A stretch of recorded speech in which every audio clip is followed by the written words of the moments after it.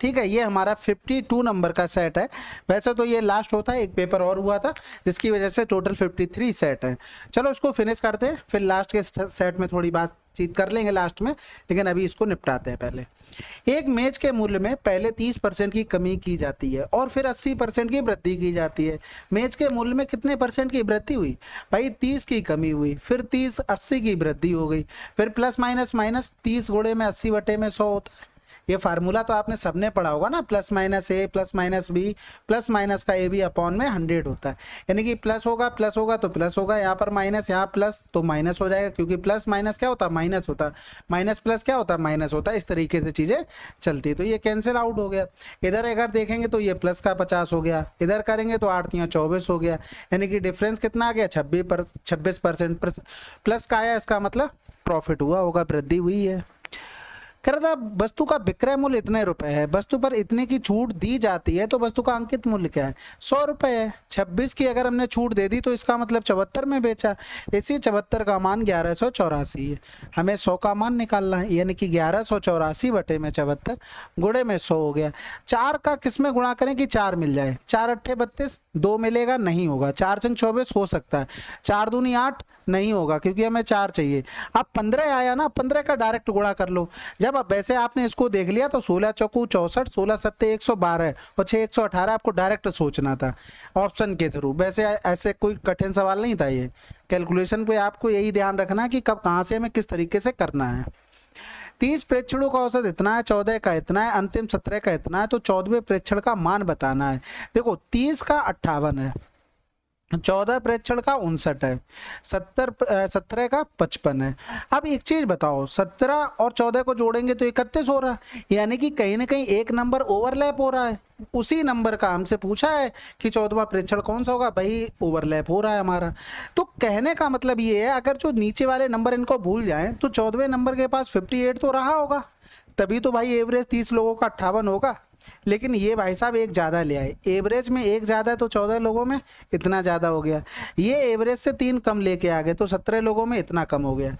जब भी number overlap कर जाए, ओवरलैप इन द समझ गए ना, यहाँ पर कितने हो रहे हैं? 31 नंबर हो रहे हैं टोटल, और यहाँ पर 30 थे, तो इसका मतलब कहीं ना कहीं एक नंबर जो बीच वाला वो दोनों में आ गया।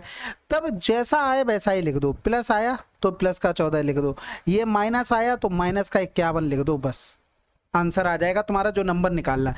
अगर ओवरलैप ना हो तो फिर क्या करते हैं भाई, जो कमी होगी उसकी वृद्धि करनी पड़ेगी। कहने का मतलब अगर वो लिख देता 30 का 58 है और ये 14 का एवरेज 59 है, और फिर लास्ट के 16 नहीं, 16 तो ज़्यादा हो जाएगा, 15 का एवरेज अगर 55 है, तब अगर हमें वो नंबर निकालना होता। तो अब यहाँ पर देखना, यहाँ पर ओवरलैप तो नहीं हो रहे ना, तब जो माइनस, जैसे ये प्लस का आया एक गुणे में 14 और ये माइनस का आया, तो 58 तो लाना ही पड़ता है। ये ज़्यादा ले आए ये लोग तो ये कम करना पड़ेगा, ये कम लेके आए तो इन्हें बढ़ाना पड़ेगा, तो इस तरीके से फिर निकालते हैं।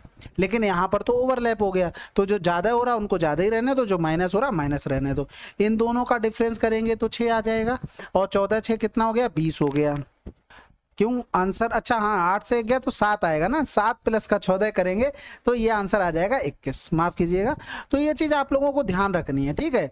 तो जब भी अगर ओवरलैप हो जाए, कभी भी ओवरलैप हो जाए, तो हमेशा ध्यान रखना जैसा निकल कर आता है, जो कम लाया होगा तो कम का करेंगे, जो ज्यादा लेके आया होगा हम ज्यादा कर देंगे। वही चीज हमने इसको यहाँ से कर दिया। अगला सवाल करते हैं। 4 अंकों की वह सबसे बड़ी संख्या कौन सी है जो इतने इतने से पूर्णतः विभाज्य किया जा सकता है? सबसे पहले तो देखेंगे 3 का मल्टीपल, 3 गुणे में 10, इधर आ गया 5 गुणे में 5, यानी कि लास्ट के 2 डिजिट 25 से डिवाइड होने चाहिए। तो देखो इसमें हो जाएगा, इसमें भी डिवाइड हो जाएगा, ये 30 25 से डिवाइड नहीं होगा, इसमें भी हो जाएगा। अब सबसे बड़ा नंबर हमारे पास 9900 है, यही तो बोला सबसे बड़ा। तो ये देखो 3 से मल्टीपल है, ठीक है, 25 से भी कट जाएगा, लास्ट के 2 डिजिट 100 हो जाएगा, 15 छक्का 90, 15 छक्का 90 से भी कट जाएगा, 20 से भी कट जाएगा, तो आंसर लगा दो। और अभी कुछ भी नहीं करना था। अमन रमन साथ मिलकर इतने दिनों में कर सकते हैं, रमन गगन मिलकर 10 दिनों में, गगन अमन मिलकर इतने दिनों में, गगन अकेले काम को कितने दिनों में कर सकता है?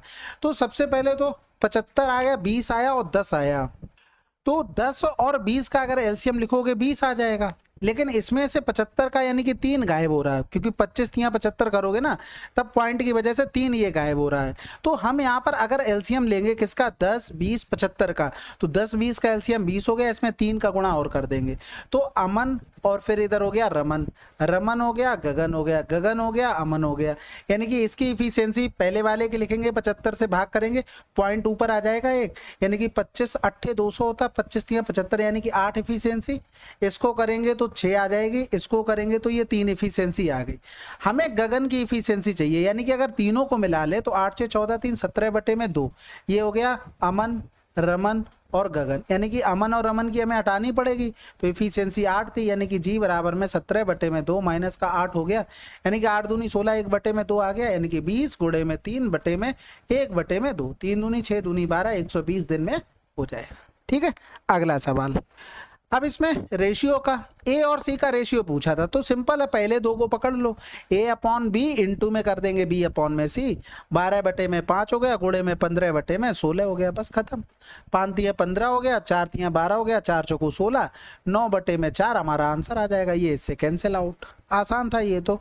ठीक है, कह रहा था what is the value of this number. देखो 3 का 9 0.09, 1 का स्क्वायर 0.01, यानी कि आंसर क्या आ जाएगा, अच्छा क्यूब था तो ये आ जाएगा 0.1। भाई हम कहें आंसर में तो कुछ ऐसा दिख ही नहीं रहा, 0.091 हो गया। अगला सवाल करते हैं। समान ब्याज दर पर चक्रवृद्धि ब्याज पर एक धनराशि 1 वर्ष में इतनी, 2 वर्ष में इतनी हो जाती है, तो वार्षिक ब्याज की दर बतानी है। अब ये देखो 1 वर्ष 2 वर्ष, कभी भी आपको यहाँ पर देखो टाइम में क्या हो जाए, डिफरेंस 1 का मिल जाए और यहाँ पर अमाउंट दिया हो, तो क्या करना है आपको, 3645 माइनस का 2700 बटे में हो गया 2700 और गुणे में 100 कर देना है। इसका रीजन होता है भाई, देखो अगर फार्मूला लिखोगे तो P1 प्लस का R अपॉन में 100 की पावर में 2 अपॉन में करोगे P1 प्लस का R अपॉन में 100 की पावर में 1 बराबर में क्या हो गया, यहाँ पर A1 हो जाएगा, यहाँ पर A2 हो जाएगा, ये अमाउंट ही तो बनेगा। ये इससे कैंसिल आउट हो गया, ये इससे कैंसिल आउट, यानी कि 1 प्लस का R अपॉन में 100 बराबर में A1 अपॉन A2 हो गया। यानी कि अगर हम लिखना चाहें R/100 बराबर, तो A1 माइनस का A2 और अपॉन में क्या हो जाएगा, A2 आएगा। और R बराबर लिखेंगे तो A1 माइनस का A2 अपॉन में A2 इंटू में 100, यही चीज़ की है। एक सेकंड यहाँ पर थोड़ा चेंज कर लो, चेंज करने से ये रहेगा, इसको कर लो A2 A1, क्योंकि 2 साल वाला बाद में आया, ऐसे कर लो तो A2 अपॉन में A1, तो A2 अपॉन में A1, तो ये A1 हो गया, इधर A2 माइनस का A1 हो गया, अपॉन में A1 हो गया, क्योंकि ये जो मैंने लिखा है ना, इससे आप रिलेट कर पाएंगे। आप चीज़ समझ गए ये कैसे आती, टाइम में डिफरेंस 1 का मिल जाए, आपको इसी तरीके से करना है, बस डायरेक्ट आंसर आएगा आपका। तो ऊपर जो बचा हमारे पास 5 4 16 से 7 गया तो 9 बटे में 2700, 27 तो क्या 0 से 0 कट ही गया, तो इधर 9 तिया 27 हो गया, ये हटा देना, 9 एकम 9 0 9 पन्ना 45, 3 त्रिका 9 3 पंजे 15, यानी कि 35% आंसर। अगला सवाल, ए बी को 30% के लाभ पर एक साइकिल बेचता है, बी इसे 10% के लाभ पर सी को बेचता है। यदि सी उस साइकिल के लिए इतने रुपए का भुगतान करता है तो ए के लिए साइकिल का क्रय मूल्य, बहुत आसान है, 1287। 30% के लाभ पर यानी कि 13 का कर दो, 10% लाभ पर 11 कर दो, 11 कम 11 1 बच गया, 11 कम 11 77 हो गया, 13 ने में 117, कहीं 9 लिखा है, आंसर लगा दो। बाकी फिर ए 30% बढ़ाओ तो 130 बटे में 100, 10% बढ़ाओ तो 110 बटे में 100 बराबर में 1287 कर दो। लेकिन करना क्यों है, ऑप्शन नहीं चाहता, ऑप्शन लिख दे ऐसे 900 फिर 9000, फिर हम एकदम एग्जैक्ट करेंगे, जीरो को भी वैल्यू देंगे। लेकिन एसएससी वालों के हिसाब से आर्यभट्ट जी ने जीरो की इजाद करना कुछ रॉन्ग था उनके हिसाब से, तो ठीक है, क्योंकि वो जीरो को वैल्यू ही नहीं देते हैं, ऑप्शन चाहता ही नहीं इस तरीके से हमें करना पड़े। लेकिन हमारे लिए जरूरी ना, क्योंकि 5 रुपए मिलते हैं घर से और 5 में अगर पीछे जीरो लग जाते तो कितना बेनिफिट होता है, तो ये सब चीज़ें भी जरूरी है ना। यदि एक निश्चित धनराशि पर साधारण ब्याज पर 9 वर्ष 5 माह में स्वयं की 2 गुनी हो जाती है, तो वार्षिक ब्याज की दर क्या है, बहुत आसान है भाई। देखो 9 वर्ष 5 माह, इसको वर्ष बना लें तो ये 5 बटे में 12 हो गया और प्लस में 9 हो गया, 12 ने में 108 और 5 113 बटे में 12, ये टाइम हो गया हमारा वर्ष में, स्वयं की 2 गुनी हो जाती। तो एक प्रिंसिपल है, 2 हो गया अमाउंट, यानी कि ब्याज मिला हमको 1, यानी कि अगर हम देखें तो 1 हो गया प्रिंसिपल, ये अमाउंट हो गया, ये हमारा एसआई हो गया। ठीक है। एक प्रिंसिपल हो गया, टाइम 113 बटे में 12 हो गया, गुणे में रेट निकालनी है, बटे में 100, ब्याज हमारा कितना हो गया 1 हो गया, यानी कि आर बराबर में 1200 बटे में 113 हो गया। सबसे पहले तो एक बार अगर भाग करेंगे तो 7 बचेगा, एक बार भाग किया 7 बचा, 70 बटे में 113। अब भाग तो जाएगा नहीं तो जीरो लगाएंगे, फिर पॉइंट लगा के जीरो बढ़ाएंगे, तो आंसर हमारा तो आ चुका ना, खत्म हो गई कहानी। अगला सवाल करते हैं। सिंप्लीफिकेशन है। सबसे पहले तो ऑफ सॉल्व करेंगे माइनस करने से पहले, तो सबसे पहले यहाँ कर लो, 4 तिया 12 हो गया, 12 हो गया, 12 प्लस का 17 यानी कि 29, 29 माइनस का 25 यानी कि यहाँ पर 4 हो गया, 9 चौक 36 हो गया, 100 माइनस का 36 यानी कि 64 आंसर। अगला सवाल, तीन संख्याओं का अनुपात इतना है, उनके वर्गों का योग इतना है, इन तीनों संख्याओं में सबसे बड़ी संख्या का मान क्या होगा। यानी कि ऑप्शन में 7 का मल्टीपल कहीं लिखा है क्या, आंसर लगा दो। इसके अलावा x सब में x का गुणा करेंगे तो x स्क्वायर कॉमन ले लिया, 9 प्लस का 25 प्लस का 49 यानी कि 9 5 14 और 14 और 9 23, हासिल लगा 2 2 2 4 4 4 8 83, x स्क्वायर बराबर में 1328 हो गया। तो 16 3 48, 16 8 128 हो गया, यानी कि ये 16 बार चला गया, x बराबर में 4 आ गया, तो 7 गुणे में 4 28 आंसर। इतना करना ही नहीं पड़ता। यदि दो घनों का आयतन इतना है, दोनों घनों की भुजाओं का अनुपात क्या होगा। भाई सिंपल है, a1/a2 का होल क्यूब बराबर में दिया था 125 बटे में 216, यानी कि इसको लिख सकते हैं 5 बटे में 6 का होल क्यूब। दोनों में क्यूब रूट लेंगे तो a1/a2 बराबर में आ गया 5 बटे में 6। अगला सवाल, साक्षी एक काम को 20 दिनों में पूरा कर सकती है, तान्या साक्षी से 25% अधिक कुशल है, तान्या को उसी काम को करने में कितना समय लगेगा। भाई देखो, साक्षी से 25% अधिक, 25% मतलब हो गया 1 बटे में 4, यानी कि अगर ये 4 है तो ये 5 है, ये इफिशियंसी का रेशियो है। टाइम में रेशियो कितना हो जाएगा, 4 और 5 का हो जाएगा, जस्ट अपोजिट होता है।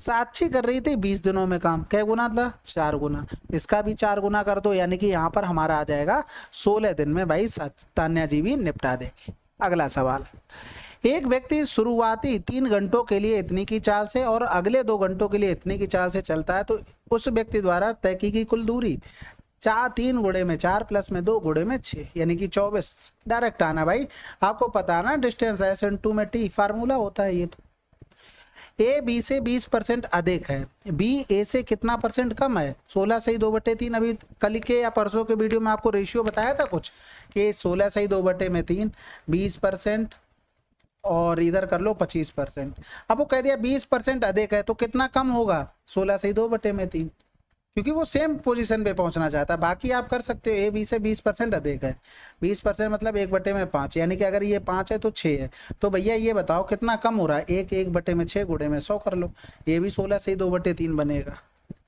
एक कुर्सी का विक्रय मूल्य इतना है, यदि हानि परसेंटेज 34 है तो कुर्सी का क्रय मूल्य क्या है। भाई 100 की चीज है, 34 का अगर लॉस हो गया परसेंटेज में तो ये हमें बेचना पड़ेगा 66 में, इसी का 66 का मान दिया गया था इतना।